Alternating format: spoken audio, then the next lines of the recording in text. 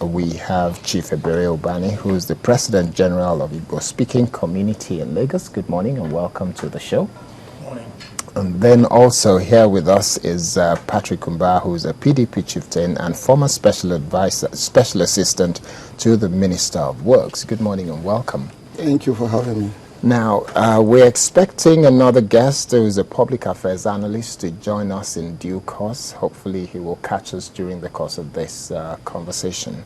But let me start with you. You are a PDP chieftain. You've worked with the former Minister of Works, and you do understand the internal workings of PDP. On a light note, let's start from there. Do you belong to PDP.1 or PDP.2?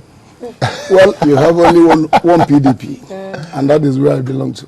One PDP? One PDP. Under Baraje or the one under Bamanga Tuku? The one that is on the mantle of leadership. You're still not answering the question. No. We have, it's only when I subscribe to the fact that we have two that I can now start giving indication. My stand is that you have only one PDP under Alhaji Bamanga Tuku. Alhaji Bamanga Tuku. So, all right.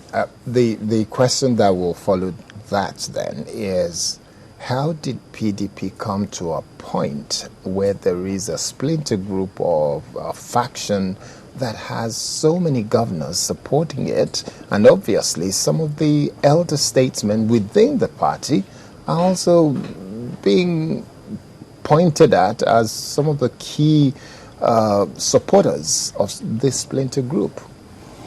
Thank you very much for this genuine question. First and foremost, I want to make analysis of what happened at Ego Square. Prior to that convention, we equally had other skirmishes, other political misunderstandings, where you saw some 6 members of the House of Assembly in PDP in Rivers State claiming to have formed the authentic members of the House. It never stood the test of time because they were in minority. We equally had another instance where some election was conducted for the Governors Forum. Some 16 members, to my own adjudication, claiming to be the authentic Governors Forum members, never come to be because a real election was conducted. So in the present circumstance where you have by the court, because they were wrongly brought into the National Working Committee of PDP, coming to the arena of the National Convention and claiming to be unsatisfied, and they walked out of the party.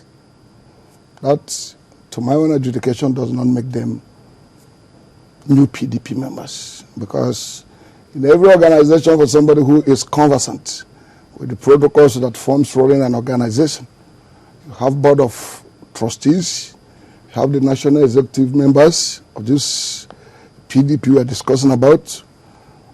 Among the people that walked out on that day, I cannot individualize one member of the board of trustees that went out with them. And again, we have to analyze the antics or the antecedents of some of the people. These are some of the people that in the past walked out on the party and later came back. So a lot of people that were at the Ego Square that they were not surprised because they've done it before. Doing it again for selfish reasons was not surprising to most of us. And like as you said when you were introducing this topic, definitely they're going to come back because this is a PDP affair, it is a family affair, and it gives a new dimension to Nigerians when it comes to politicking. You don't think that move poses a serious threat to PDP as we speak? It's huge. No. This is democracy.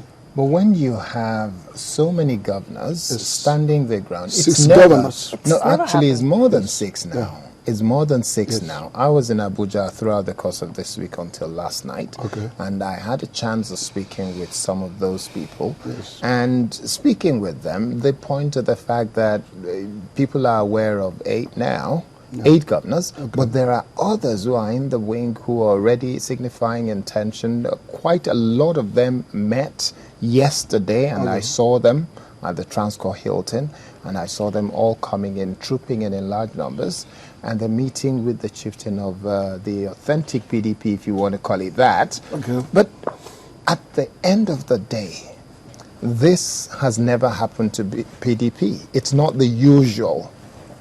Well, there will always be a first time. I want to equally correct one impression. You say a lot of people that are agitating, but I want to tell you this is a build-up to the 2015 election. It's just selfish interest of certain people that believe that they can get what they want only when they heat up the polity. But if we should practice democracy with the right tenets of democracy, the way it is being practiced abroad, it's not only when you heat up the polity that you get what you want.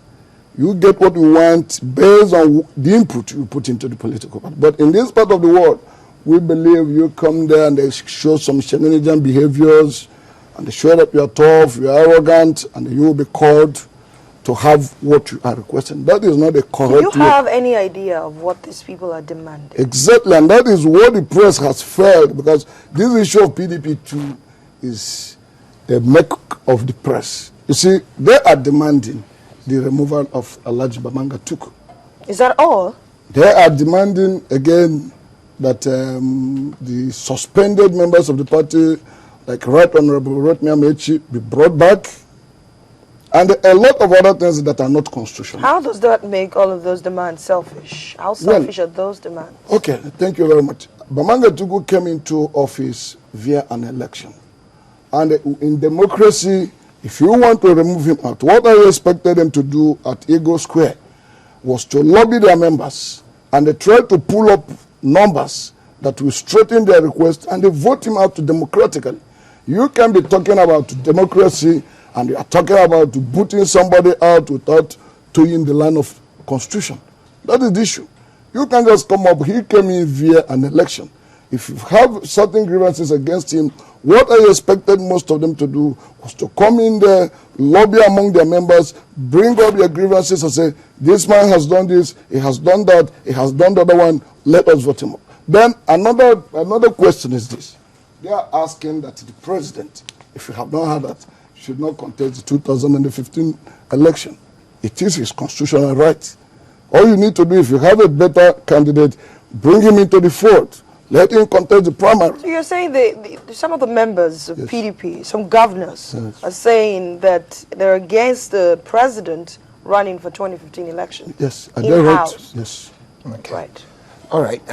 We will continue conversation with you in just a minute, but I have a question for Chief Ebere Ubani. But before I do that, we have since been joined by Popola Ajayi, who is the national publicity, the former, or should I retrace my step and say the erstwhile Alliance for Democracy Publicity Secretary. He's here with us. Good morning and welcome. Good morning, sir. Yes. Let me go to Chief Ebere Ubani. What is your thought about this amount of acrimony and division within the PDP? What's your thought? How do you see this? Yeah, thank you very much. I think it's all about 2015 election. Who gets what? But basically, the North feels it is their right to produce the next president. But before I go on, I would rather prefer discussing this issue on two bases, the North and the South. Hadn't enough time, I would have produced a chart, a graphic illustration of how this country has been governed, mostly from the northern part of this country. And peradventure, if we know how Obasanjo came in to be, then after Obasanjo, the power shifted to the north. It was God's willing that this man should die. Nobody killed him, Yar'adua. That was how Jonathan came to power. From day one, the northern elites never loved anybody again from the south. It might interest you to remember too that one of their slogans in the north that they are born to rule. All they are chasing is that nobody from the south. I'm not looking at Jonathan now. I'm looking at the north and the south, whether we like it or not. After all, we are very close to our celebrating centenary, the marriage of the north and the south. But having said this, can we take a look at what Jonathan stands for prior to this time?